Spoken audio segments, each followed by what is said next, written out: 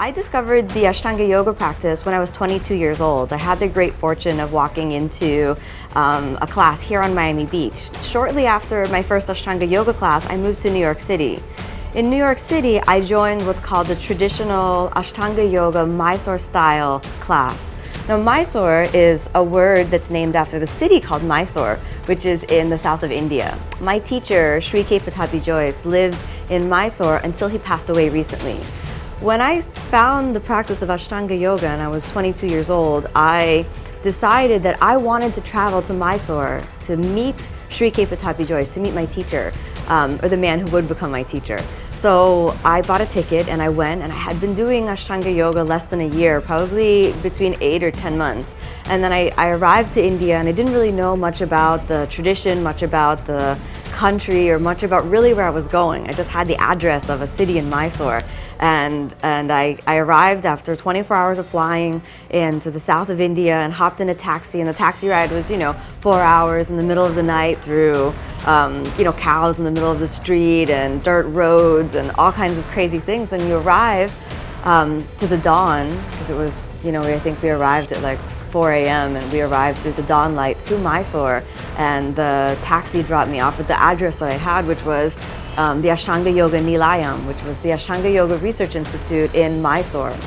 And I got there with my bags, totally fresh, totally naive, straight off of the plane from the US, and I saw my teacher, and I knew just from looking at him that this was the man that I had been looking for. This was my teacher. This was the reason that I found the practice.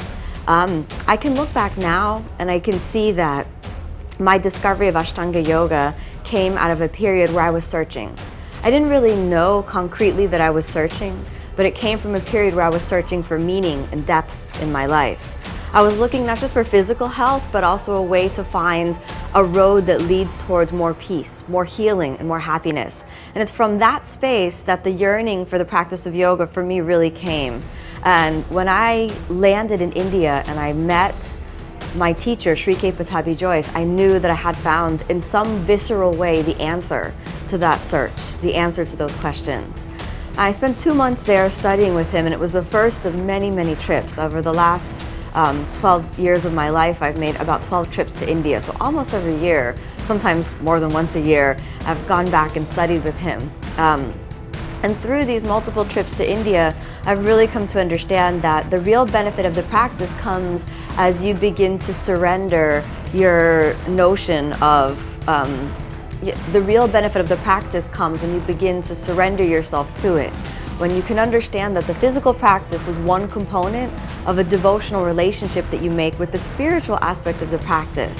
The real benefit of the Ashtanga practice is all about the inner transformation.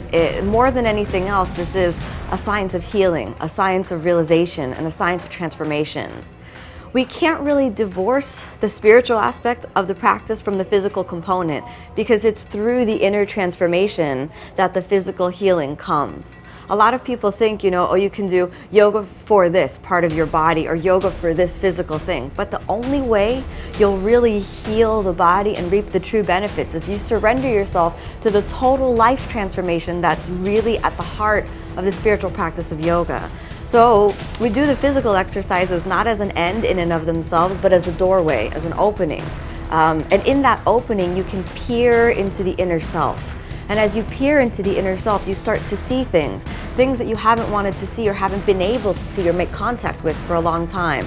We get these amazing realizations, when you look into the inner body and you look to your inner self, you realize things, as impactful as that there's a sense of sadness you've been running away from, that there's a sense of neglect in the body that you've been running away from, and you look directly at that, and through the very thing that we've been running from, through the sadness, through the pain and the uncertainty in the body, we work through it, and that contains the very seeds of realization that allow us to experience transformation, that allow the body to heal, that allow us to begin to feel more whole and more complete at the very depth of our being.